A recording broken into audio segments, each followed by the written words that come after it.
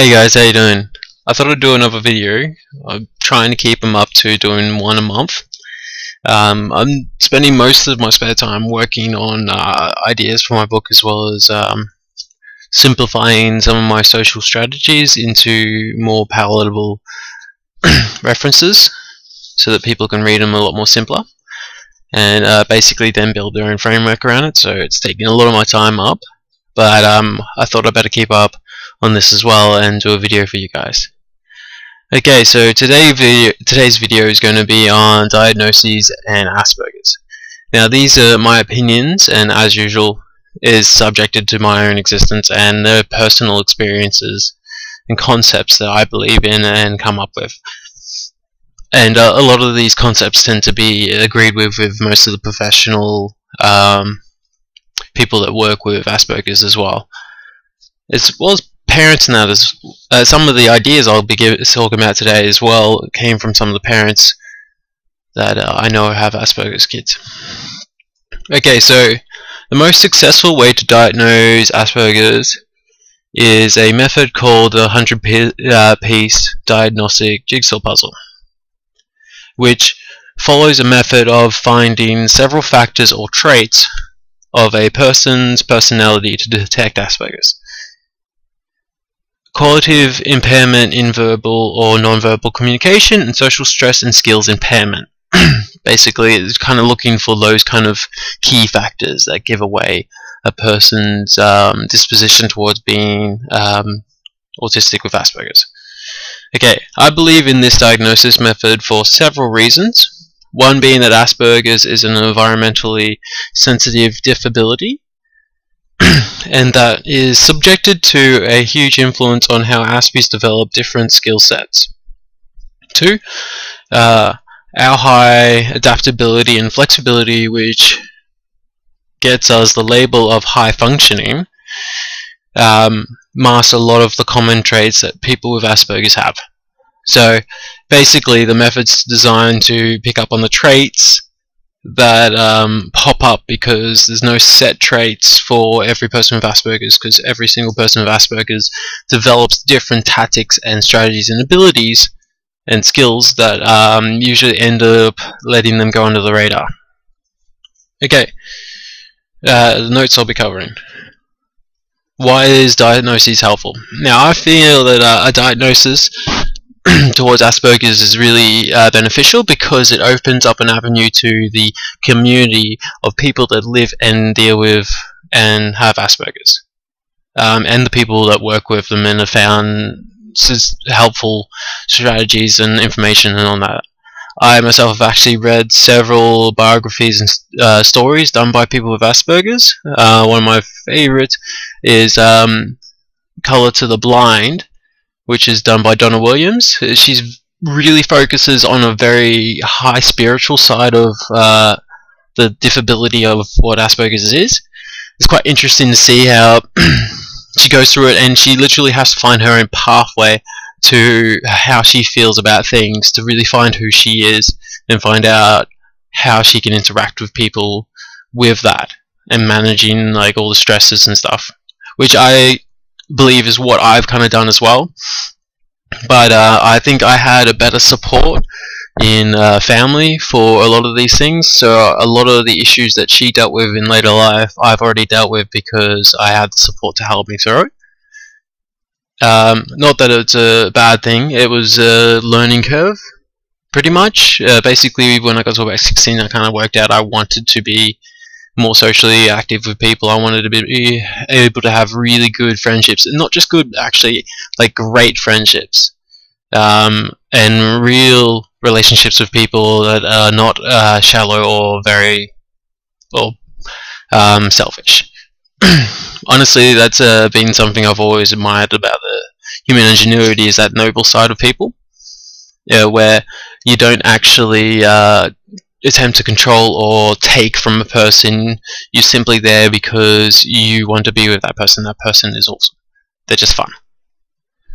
Okay, what's the pros and cons of telling your child if they have Asperger's or not? Now, there's a lot of debate about this, considering the fact that a lot of parents feel that once they label a child, the child's going to go down a negative way and believe that they are less than other people in a lot of ways. So I feel there's a lot of truth to the fact that can be a possibility.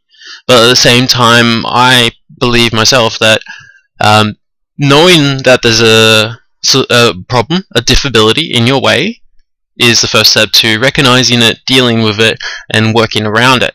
So I honestly believe that telling a child is very important. Obviously, you need to wait until they're old enough to understand the concept in a relatively stable manner.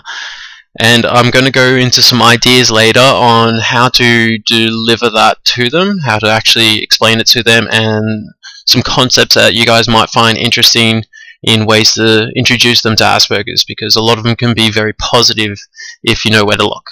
And yeah, I know to look because I've been looking for them for years and I found several of them.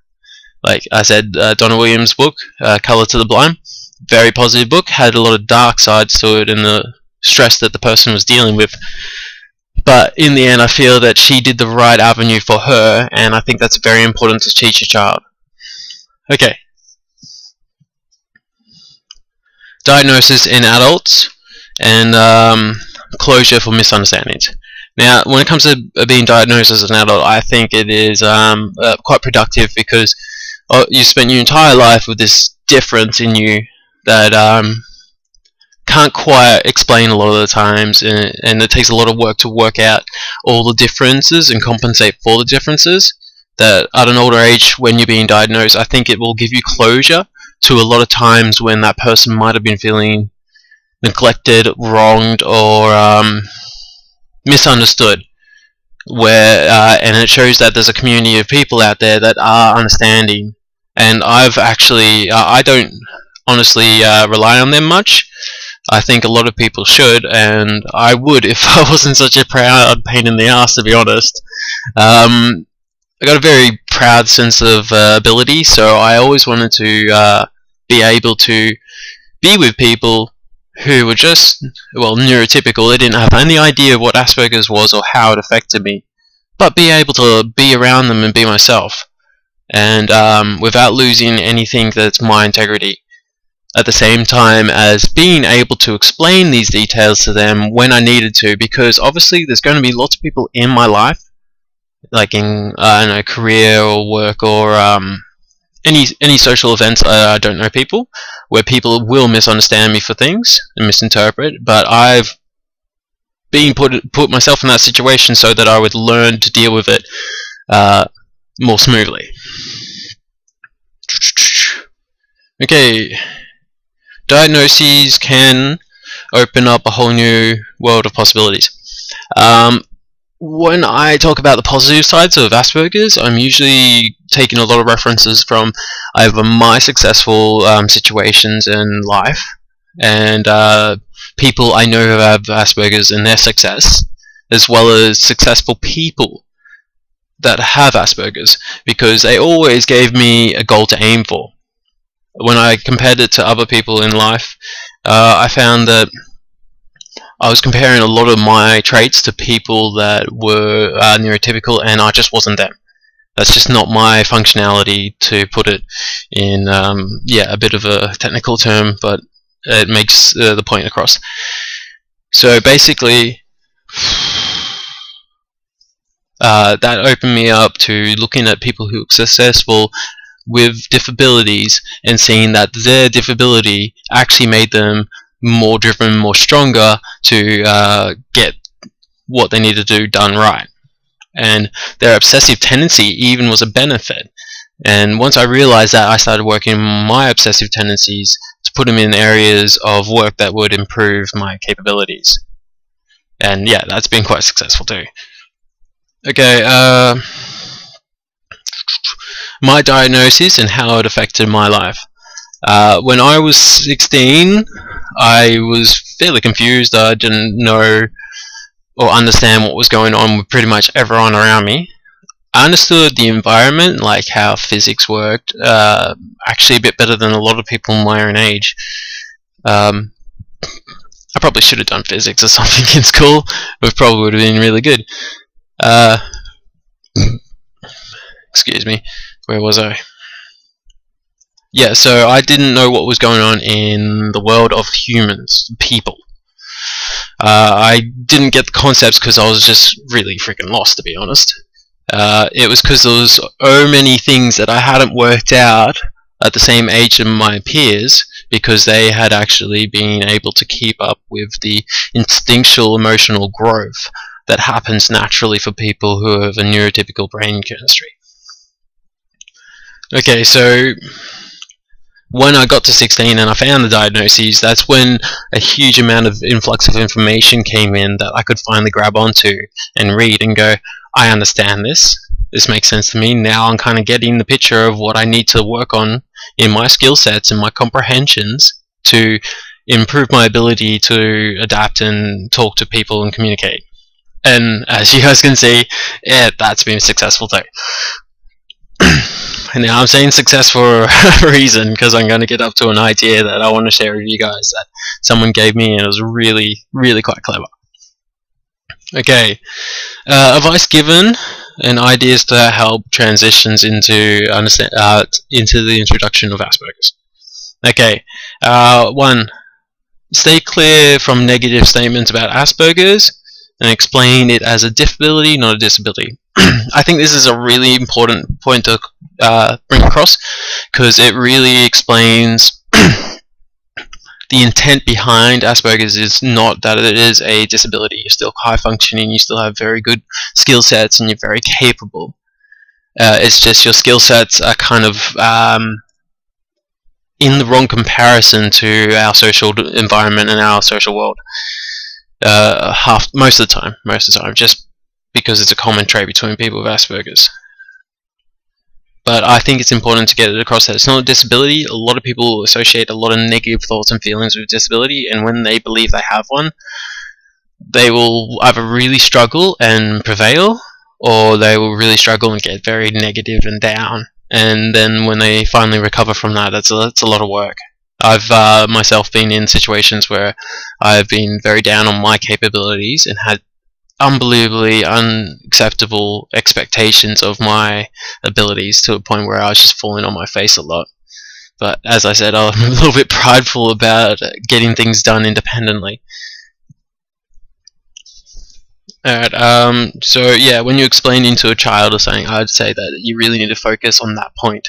And this is where I'm come to the idea I was talking about before, is number 2, give good and successful examples of people with Asperger's. Now, this is a really cool way to handle it. I was speaking to a mum of a kid with Asperger's, and she was trying to think of ways to introduce her kid to Asperger's, because she didn't want to, as I said, give the child the wrong idea about their difference. And so she actually said, in a bunch of teachers and that they were thinking of explaining how to do it, she was the one that came up with the concept, and she just simply said, well, why don't we get someone who has Asperger's that is successful, that we know, to come in and explain it to the kid, to actually someone who lives with it, come and show this person, and that will give that kid visual representation, because we do judge success visually, and I have to admit, with people with Asperger's, we are very, very visually driven. I tend to be quite particular with the taste of people I hang out with, not in a judgmental way, but I tend to see the underlying style of people with the clothing way, the way they dress, the way they do their hair, the way they talk, and the way they relax around you. Because it gives me a good idea if they got similar tastes to me and styles to me, and makes me feel comfortable to talk to them about that stuff as well. So it's basically kind of sharing common ground to someone who's going to be introduced to it by a successful example, and that's great, because that's a first impression, and that will stay with the kid. I have to admit, the first impressions I got from Asperger's were reading the books by Donna Williams and a few other people. I think it was... I got his name written down here somewhere. No, I don't have it, but there's this other writer in America, I think it's John something. But he writes a really impressive book, which is like Don't Look Me in the called Look Me in the Eye. It's a really good book. And he's a very successful motor mechanic of like old style cars, and because he's so obsessive with it, he does such a great job with revamping these cars that he makes a very good business out of it. And he's had a very interesting life too. He actually ended up being a pyrotechnic for KISS for quite a few years, so that's pretty cool. He's had some adventures too. It's a good book to read. Okay, so I'm going to go through a list of people that have known are known to have Asperger's and are successful and capable people, along with a list of people that are suggested to have Asperger's and be very capable as well. So, first on the list is Adam Young, who's a multi-instrumentalist. That's pretty cool. I've actually been practicing guitar lately, and when I read that today, I was like, yeah, because playing guitar is really quite difficult because I'm not very good auditory. I still get tones wrong when I'm talking to people sometimes, and I try to make a joke and I make a fool of myself because I have the tone as a little too harshness. But yeah, so I've been trying to develop my auditory abilities in picking up certain sounds and tones as well. Alright, so and then we got Adrian Lamo, American computer hacker. Yeah, just throw some rebel in there, and that's a perfect miss for an Asperger's person with obsessive compulsive disorder. Alright, and Dawn Prince Hughes, PhD and a pre-made anthropologist. Oof. And she's a book author. Famous people with Asperger's. Clay Marzo, he's an American pro surfer. That's pretty cool. I have to admit I'm quite into the beach and surfing and being on the board. So it's nice to know that even though I am quite unco, there are people out there who've just gone so far with it that they are making their own way in the world with something they absolutely love. And I can tell you, you don't surf for a career if you don't love it. Okay, Richard Rochester. I'm not sure if I can say that one, but he's a mathematician, so obviously great with numbers and another skill set that's very common in people with Asperger's. And it was believed in Peter Hosen, who's a Scottish painter. So yeah, very, very strong visual skills in people with Asperger's, and a lot of us make amazing paintings and drawings. I've done quite a fair bit of art as well over my lifetime, just because I enjoy it. And a lot of people have been very happy when I've given it to them, and they've tried to give me money. I'm just like, no, I don't want to give something to someone for money when I've created it with my hands, because it feels like I made it for them in the first place. Alright, people believed to have Asperger's. Some people that are believed to have Asperger's are Albert Einstein, who was obviously theoretical physicist. Sorry, mumbling my words a bit.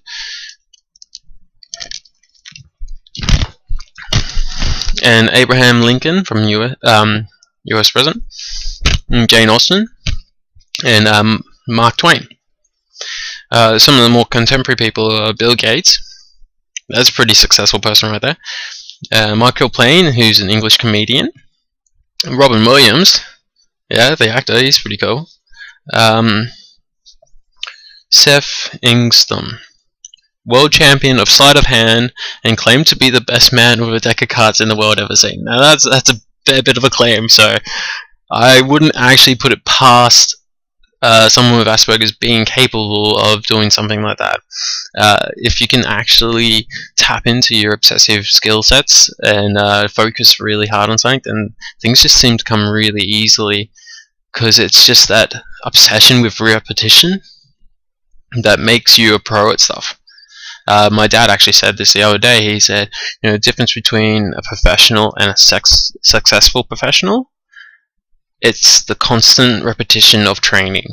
It's that you take a subject and you just know it so much and so in and out. Alright. So you can see the point I'm making about how important it is to give a good role model, because these young Aspies need to have a good ego buffer, or simply a good reference to go to if people put him down or her down, claiming that they are disabled. And we all know that having shock confidence is more of a handicap than any disability. I really want to push that home, because I've noticed this in a lot of people with Asperger's, is that our emotions may not quite work the way that most people's do. But the traits I have noticed is that when they work, they tend to be quite intense and powering, to the point it kind of overpowers a lot of logic. I think it might just be a fact because I'll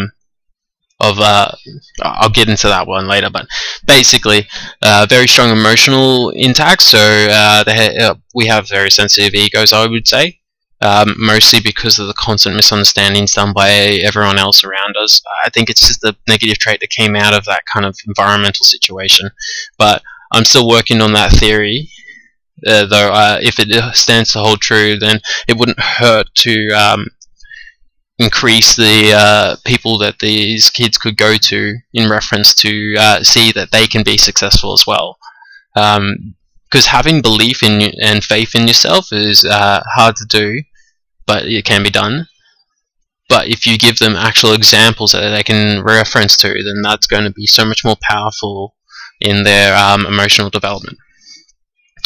Alright guys, I really hope you guys enjoy this video, and I'll just give you a quick update. Like, I've been working on my book a lot, as well as I've been reading a lot of Tony Attwood's Complete Guide to Asperger's. Yeah,